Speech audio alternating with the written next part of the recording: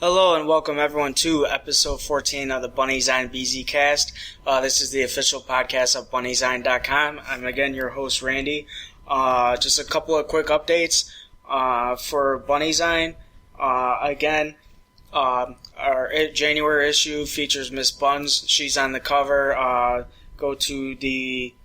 Visit bunnyzine.com. Go to the current issues side tab. Sorry, I can't speak.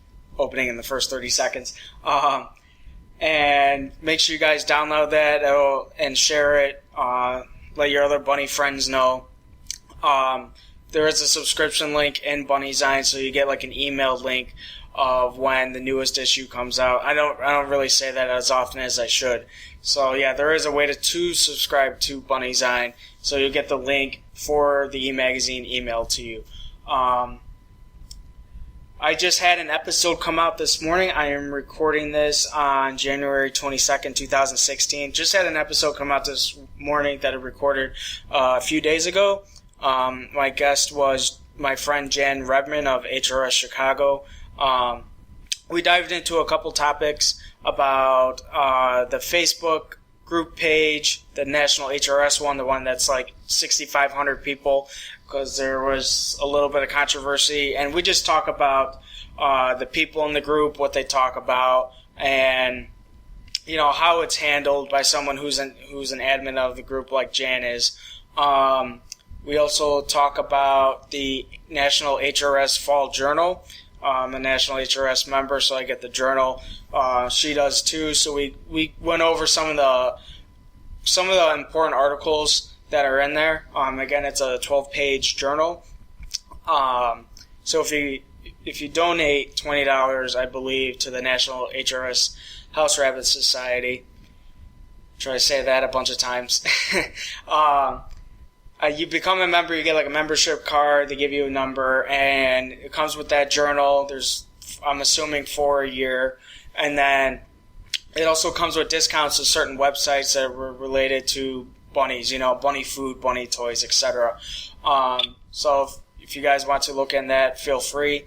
The big topic that did most of the time of the show was how we view the perspective of people that have never adopted bunnies before, or adopted bunnies when they, had them when they were kids, and what that kind of experience was like, and how those kind of experience altered their perceptions of rabbits.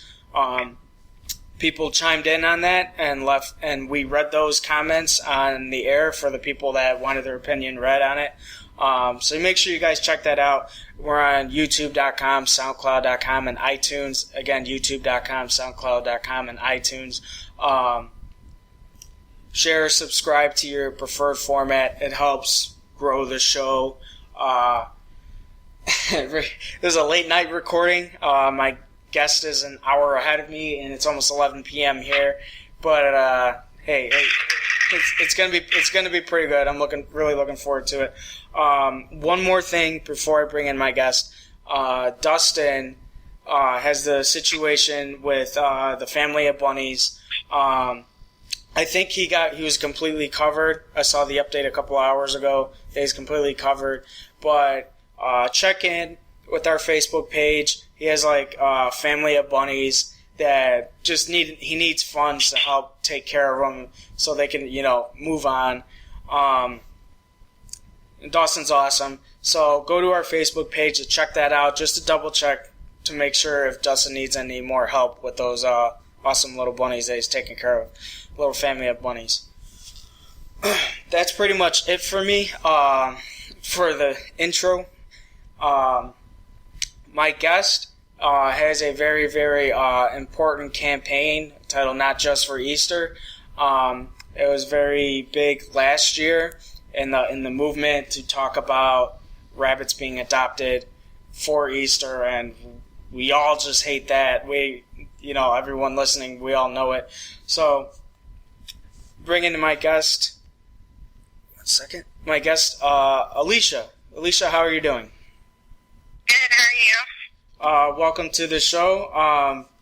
I started everyone off with pretty much kind of, everyone giving a little background about themselves in relation to bunnies. I'm sorry, I didn't hear the question.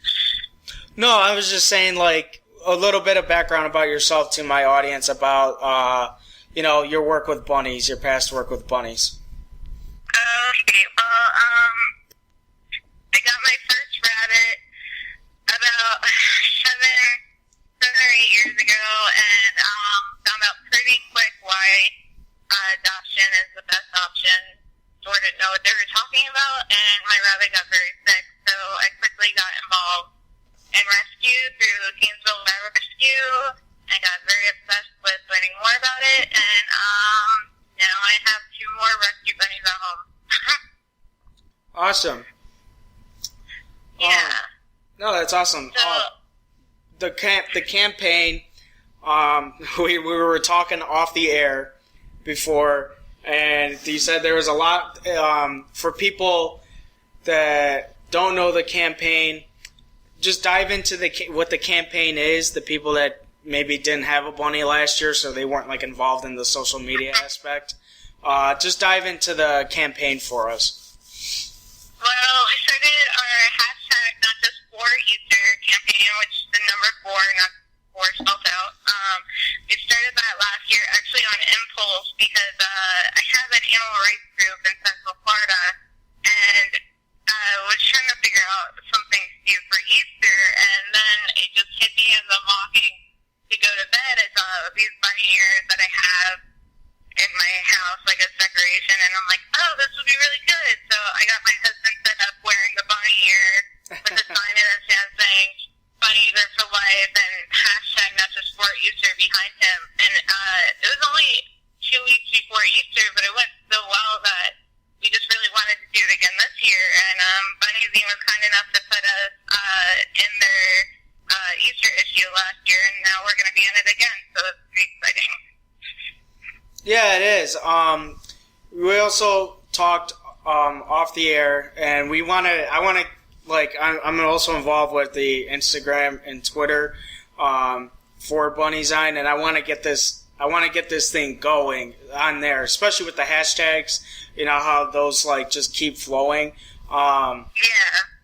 Do are you guys like either you yourself or is Gainesville like on Twitter or Instagram? I'm not really. Gainesville Rabbit Rescue is not like they support Not Just For Easter, and we're actually donating. We're doing a fundraiser for them for that. But the campaign is going through my animal rights group in Central Florida called BZCast Animal Rights Action Team. Okay. And so we have a website that could describe everything to do. We actually do several different things, social media and what to do. We're setting up peaceful protests against selling bunnies across the country, but if it gets out of the U.S., that'd be cool too. And donations, and you can see all of that on our website, which goes through www.tinyurl.com/notjustforeaster. Awesome. So this sounds like, compared to last year, again, we talked about this off air, that you said this year was going to be way more, it was going to be way more expanded.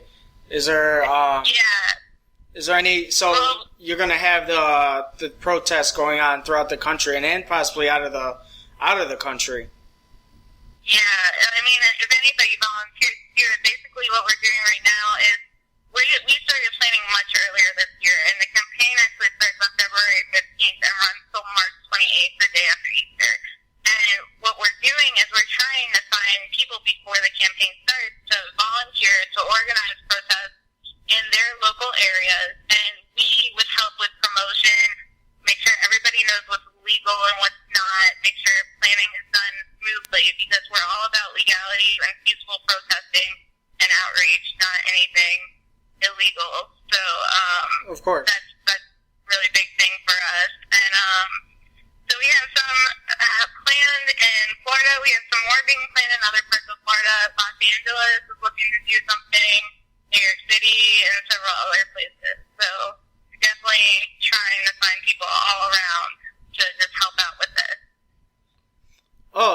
No, that's awesome. I will definitely. Have you tried Chicago? No, I haven't tried Chicago yet. I don't know. I actually don't think I know anyone in the animal rights group in Chicago. So if you know someone, that would be great. So if you'd like to put something together. So it's your group, but spread out in different states of the country, like your animal rights group. Okay. It's my group, and it's my group's idea, not just for Easter, but what we're doing is any group that wants to take it on, they just need to register with us and make sure that they're following the guidelines that we provide for them, and then we will say, this protest is sponsored by this organization. So, Port St. Lucie, Florida, we have one set up for February 21st. East Coast Rabbit Rescue is sponsoring it. So they're highlighted on our website as they are the people in charge of that particular protest. Okay. I could try put in a word. I've got the official.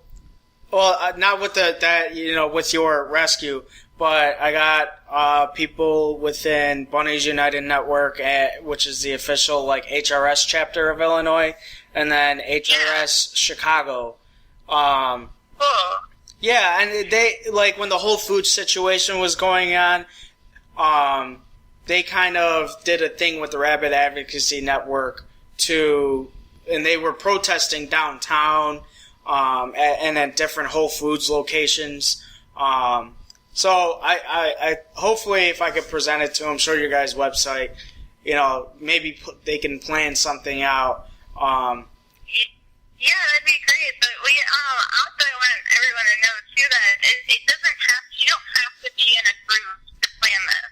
Yeah. If you know friends and you could just get a couple friends out there with you, that's fine. I would just put instead of sponsoring organization, contact would be whoever, Yeah. So it doesn't need to be a specific organization. And I just started planning protests. I've been going to protests for years, but I started planning my own about a year and a half ago. So I understand how scary it is at first and what needs to be done. So I'm totally up for helping anybody get this going.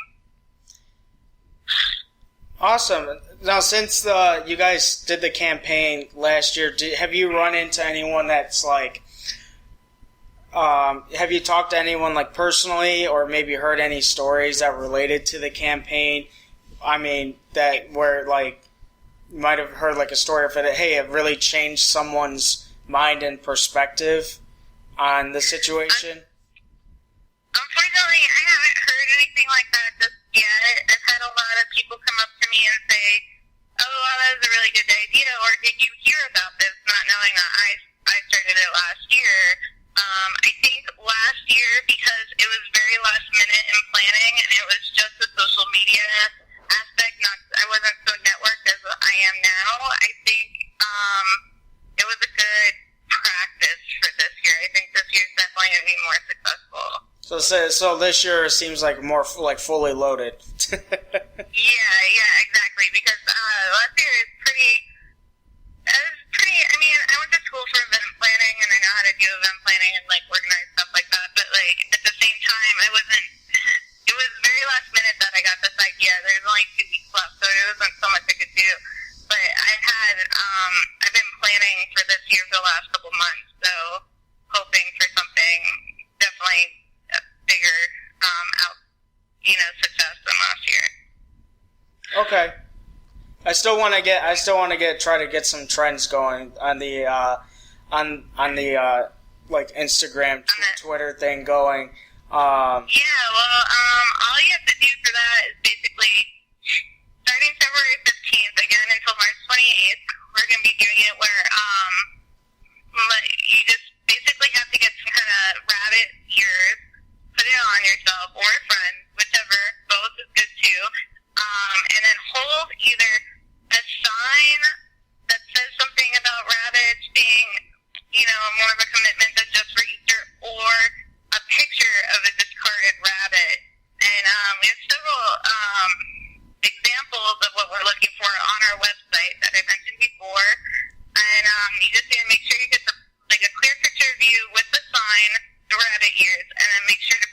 online with the hashtag not just for Easter, always with the number 4, not 4 spelled out. Yeah. And some people have actually done some cute stuff, like they've used their heads, like they've put their rabbits in with them, or like one person sent in a picture of their dog wearing rabbit ears with a sign. So like you could get really creative with it. Yeah. No, I'm completely agree, because when Dustin contacted me about you with this campaign, I knew about it last year. I just didn't know, like, you know, who was like leading the charge. It's pretty crazy that like one person is pretty, like yourself obviously, like sparked something like this, and it's become something in, you know, 1 year that's so much bigger. Thank you. Yeah, it's pretty cool. You got so many people teaming up for this effort.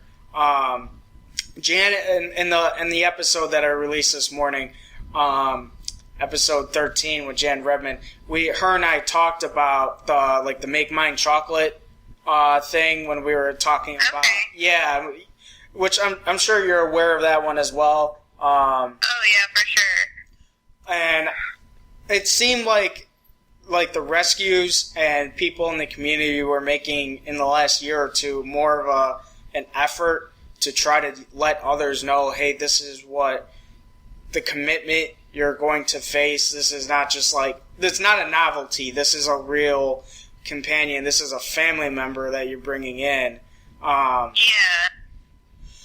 I think definitely in the last couple of years, especially with Facebook adding in hashtag capability, it's not just Twitter anymore, Instagram has it and stuff like that. It's a lot easier to network about rescue or anything else through the internet than it ever was before. So I think every year it just grows more and more of getting this kind of vital information out there. Exactly. And I try to be at a, when I talk to people about it, or I talk about it in the show, or every once in a while I do a Periscope broadcast. It's like a live video feed that with Twitter. I always tell people, at the very least, do your research. I'm not, at the very least, you should go to like rabbit.org and make sure you know every single thing, their diets, their health, what kind of money you might spend. Between their food and health and everything else, the amount of exercise they need and space, that's one of the, it's one of those things. Even when people do adopt them and keep them for a long time, they keep it as in a tiny cage and give it, free space. Yeah, it's always shocking to run into those people who've had rabbits their whole life and they didn't evolve the rabbit with the way there's so much we learn about rabbits each year that we didn't know before. And rabbits really, they shouldn't be in tiny spaces. They should be able to move and roam and stuff. And it's always shocking to me when I see somebody, who's still keeping the rabbits like that, because that's the way it was when they started, But that's why, talking about this, social media, stuff like that is really, really, really important. No, exactly. I 100% agree with you. It's I'm like double crossing my fingers as we speak that this thing like completely elevates and grows, like on not just on a a level for the bunnies, because that's the most important thing, but on like a personal level, I want to see this thing like really, really grow, just for it to get its attention. Like if one person's, posts that and another person sees that and, another person sees it and it keeps circling around on, social media, or, they see the link for the website, it can really make people think about, especially like I'm not trying to target anyone in particular, but it's, parents, when it comes to that time of the year, don't know what they're could be getting into when they're adopting a bunny for their, son or daughter. That time of the year. or even someone who does it, a young adult as a gift for their significant other. I've actually heard that more so in the last year or so, which is I've heard of like the puppy, but I've never heard of the bunny rabbit, and I've heard more stories of that. Oh yeah, over that's the last definitely a thing. Yeah, over the last year or so. Yeah, it's that's a big thing. Like giving any animal as a gift is, that's just such a bad idea usually because you don't really know like what's gonna happen with the person. Are they is the animal gonna be treated well? Plus, you're giving an animal as a gift. Animals that aren't gifts are separate souls. They should take a lot more planning with the person rather than surprising them with a live animal. Yeah, exactly. That goes with any dog, cat, bunny, rabbit. Yeah, anything. So when it does come to Easter, around that actual time, there's one of the local rescues here, Red Door Shelter, has a count, and it's really, really sad that it's almost up to 80 that have been found out on the street since Easter. Oh wow! I know. So that's also part of my thing when you see a number like that. Again, that's a local rescue in Chicago, like 40 minutes away from me. So I pay attention to that one more closely, obviously. But that's something I personally want to see go way down. Obviously the goal is 0, but go way down. Yeah. When I see that kind of stuff from rescues that I follow online, I tend to save the photos of the animal that got abandoned or something, like some horrific photos they have, because sometimes the shock factor is what really gets into people's heads who are so stubborn about this whole situation, and we want to make sure the rabbits get into the best homes possible. So sometimes you have to get those tough photos and just share them with everybody, and use them for signs, use them for, you could use it for the social media campaign, holding up a picture of an abandoned bunny, Yeah. And it really makes a difference. No, that's true. When you think of PETA, if you ever are on Twitter and you go through their feed, sometimes you'll scroll by it really fast, because some of the stuff, they're doing their best efforts to try to stop so many things because they're so big, and they're attacking like 100 different problems at once. But yeah, when you scroll through their feeds, that's part of their tactic, their strategy is, look, this animal testing did this to this bunny rabbit. Some stupid perfume that they would spray on it, and this is the before and after, and it's like, it makes you sick, but at the same time, when it comes to seeing an abandoned bunny and a rescue, in the same fashion, that could change people's perception, change people's minds. I think something works different. I think things work different for different people, which is why we like to really, really make sure to practice, I like to say, well-rounded activism. So, we make sure that we have outreach events where everything's positive, everyone's smiling, it's just informational, not so much shock factor. But then we have certain things where shock factor works. So, you kind of have to play your cards. Your demographic, basically. Yeah. So, but yeah, PETA is definitely number one for getting into all these undercover investigations, and shock factor works for them, and I think they're doing a pretty good job for the things that they're working on right now. And sometimes it's not even shock factor. Sometimes they like to just inform people, hey, this company, blah, blah, blah, made this change, and now they're going to be testing again. I think I talked about it a few months ago. It was like Victoria's Secret, to where they... Yeah, Victoria's Secret went back to testing on animals. Yeah, that's right. Because it's like a requirement with China, I believe. China has this thing where the cosmetics have to be tested on animals. Just like in the United States, medications need to be tested on animals. But it expands to cosmetics in China. So China is such a huge industry that these companies, if they go cruelty-free, they're not getting any business in China. Yeah. So that's when money gets more important to them than the animal. Yeah. That's a frustrating part. Yeah, it's very frustrating. But, I think PETA and other groups, they're really good about education. Our biggest thing is about education. I think everybody takes on this stuff differently, and some people respond to shock factor, some people respond to just being handed a flyer, some people respond to seeing something on social media. It's good to, have different things out there and different ways of getting the message out. Yeah.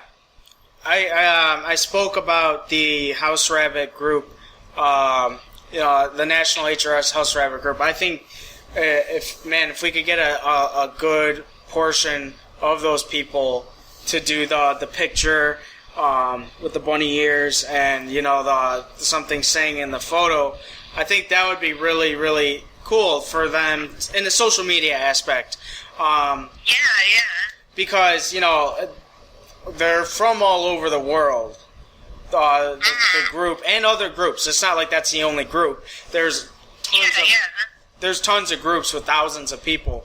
But yeah, if we get large portions, good chunks of each group to do that, and then their separate timelines that people that they're friends with, or people that they have. Facebook has like a following thing now too. Not exactly like Twitter, but you could I don't even know exactly how it works, but at the very least, their friends will see it, and then it was just like that spreads, and that's what I'm hoping happens. Yeah, that's what we're looking for too, because even if you're deep into the rabbit rescue world or animal rights world, you always have people in your life who aren't so much in, they support you, but they're not so much into that, so they don't know what's going on. Yeah. So if you post something on your personal page or on anything else, these people, your family, friends, people who aren't so much into this, initiative, they're gonna see it, and then it's gonna hit them in some way or another. Yeah, it's at the very least, it's going to make them at least think about it for a second, to where, I never really thought of that before, with a lot of us, and it's pretty much happened every episode that I've had a guest, is that people just don't get that understanding of bunnies and how special they can be as companions, family members, up until they adopt one and they take great care of it. You know what I mean? Inform this special relationship. They don't get. Yeah. People don't see that until That's the one tricky part. Is that we don't want people to adopt them, but also we want them to have an understanding. So it's one of those things where you're trying to mess around with it in the fight against. So hard because there's times when people will come to me and they'll say, I want to get a rabbit, and I'll say, okay, well, this is the stuff you need to know, or this is basic information, and then they're like, okay, I don't know if I'll do that, and it'll be something you don't need it, feed them hay every day.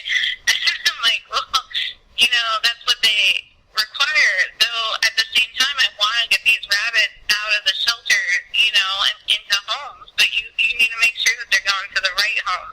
And I think it's hard to find that balance in rescue. Yeah, it is. every rescue is different too, and shelter is different to how they adopt out their animals.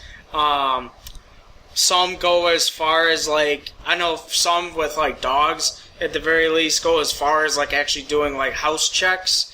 I don't know on a personal level if certain rabbit rescues do that or not.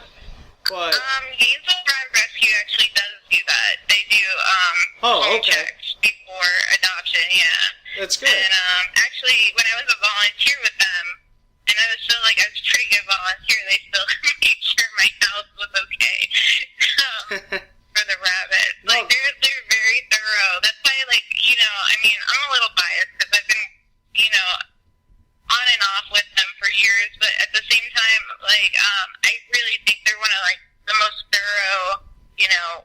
Really needs to make sure the rabbits go to the right place, rescue, and that's why we chose them for our fundraiser this year. Next year we'll choose another rescue, but this year it's Gainesville.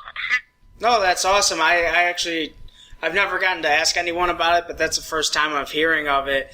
Like I said, I had someone with HRS Chicago on this morning, and I never asked her that on the air or off the air about their adoption process. Yeah, so it's different everywhere because I do have one rabbit that I did get from Gainesville Rabbit Rescue. Got her from the Humane Society of the Treasure Coast, who they actually put on the Southeast Fun Fest every year in Florida. Yeah. And and they're really awesome. Sarah's the main coordinator there, and she cut this girl ready for me so quick, but they're also pretty thorough. They have lots of questions, but Sarah and I go back, so she knew me.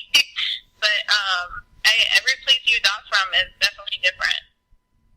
Yeah, and that's just part of the uniqueness of each rescue of how they handle things.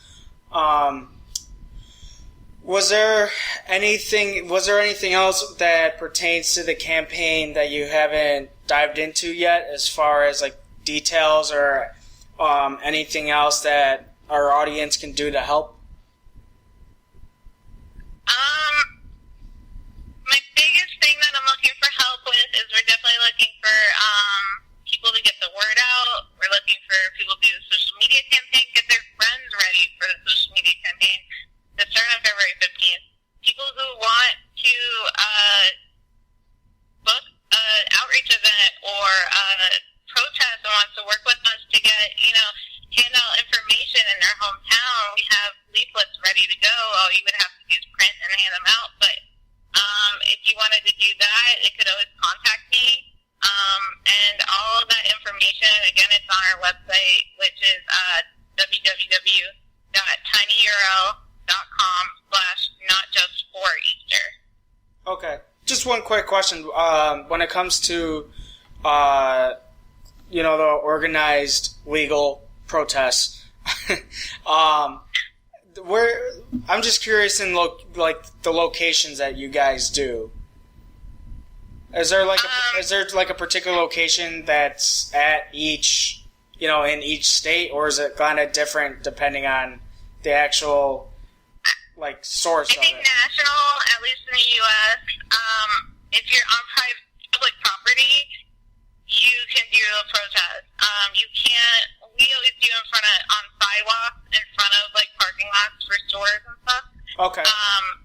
We'll do the sidewalk by the street, because if you do the sidewalk next to the doors, you can't do that. But if you stay next to the street and people are walking by, as long as you don't block people from walking by and you're courteous and nice, you're good to go.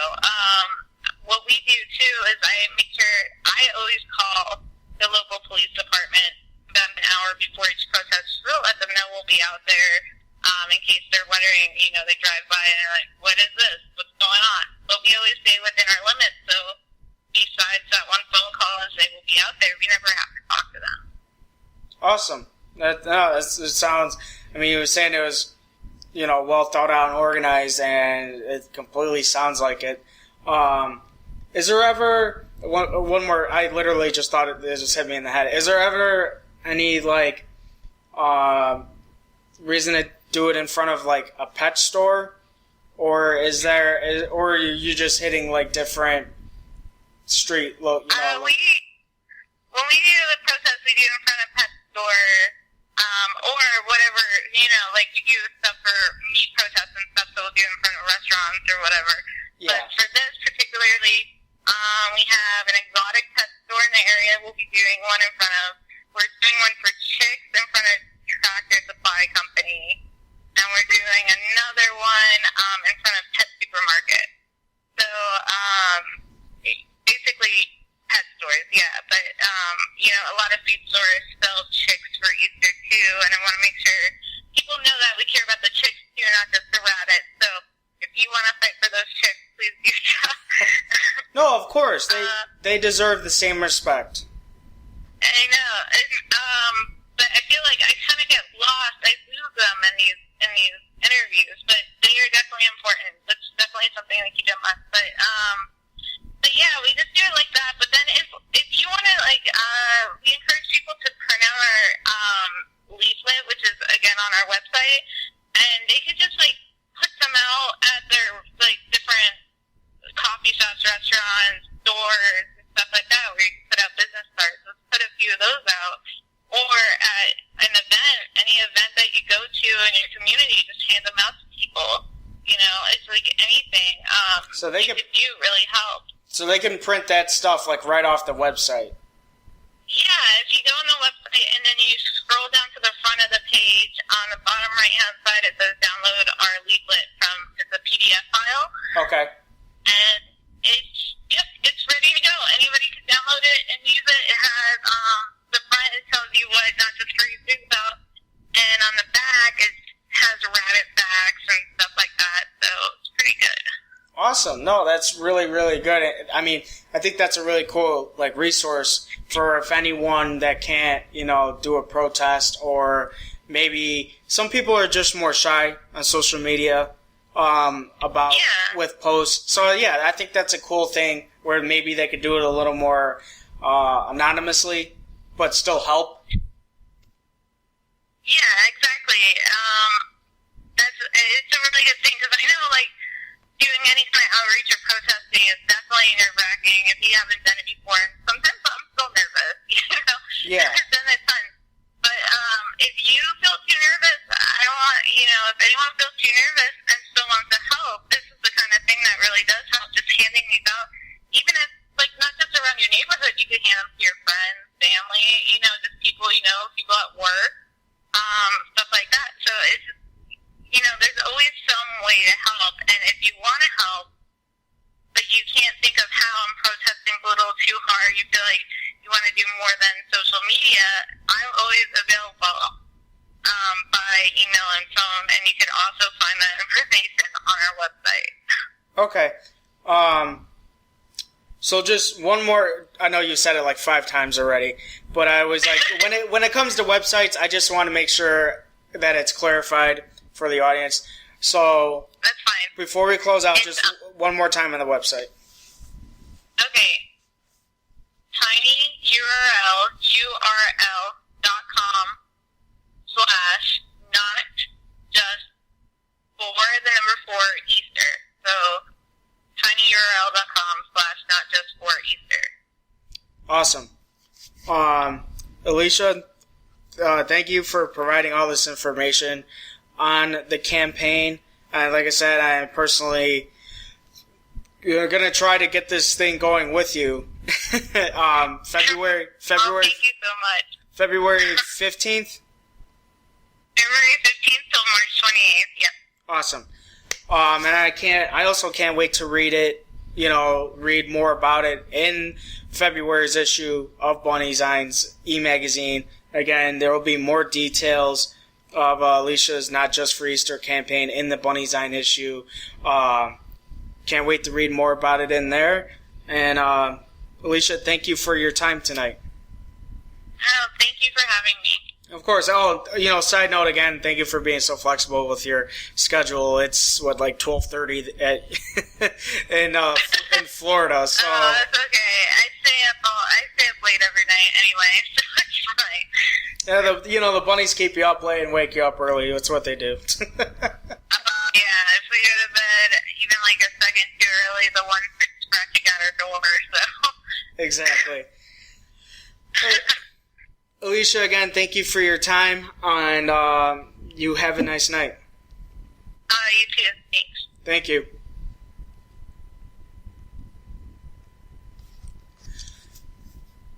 Again, guys, I'd like to thank Alicia for her time. To close out this podcast, it is a little bit shorter. It's going to be under an hour, but she packed in a lot of information about the website, which is a main source of this campaign to learn more about this campaign.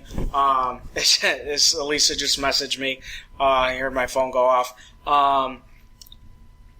So again, tinyurl.com/notjust4Easter. To get that campaign going, again, post a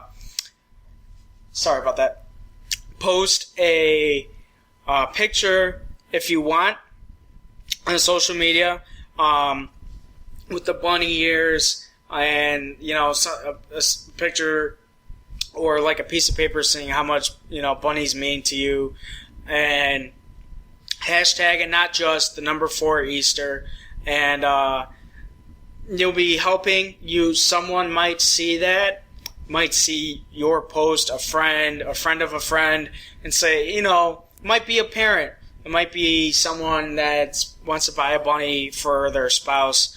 It might see that, and it might make them change their mind, and if it's that one person, that's a big difference.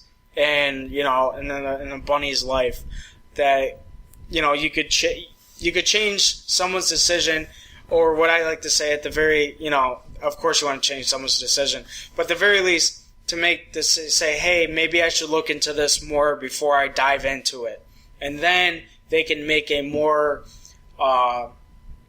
educated decision on adopting a bunny. And that's the goal. To me, that's the goal of this campaign. It's just to educate people. Alicia said it on this not on this campaign, but adopting bunnies and what it takes to take care of them. Everyone listening to this show knows what it takes.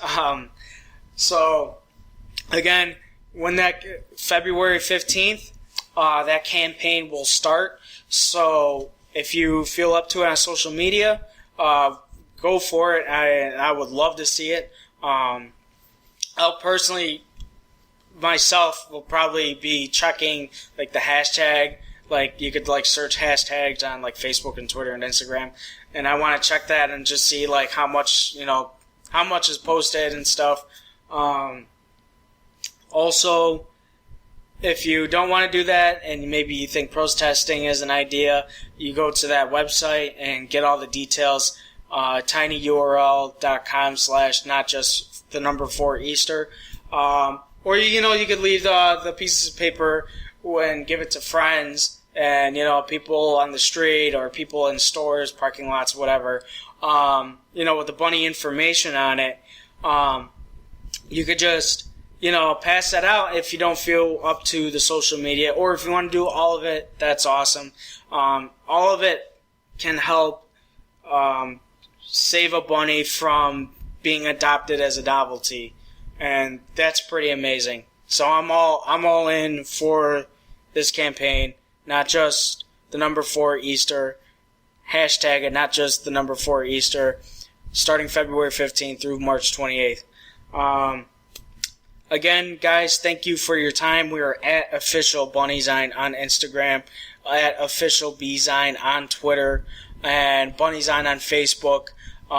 Again, you could find this show on YouTube.com, Soundcloud.com, and on iTunes. That's pretty much it for me, you guys. Subscribe and share, when I post it on the Facebook and Twitter, just to help me out with growing the show. Not me, but help Bunnyzine out with growing the show. Get more views, and so we could do more things with the show, do more cool things with the show. Again, thank you guys for tuning in. You have a good day. Good day, nice night. I'll talk to you guys later.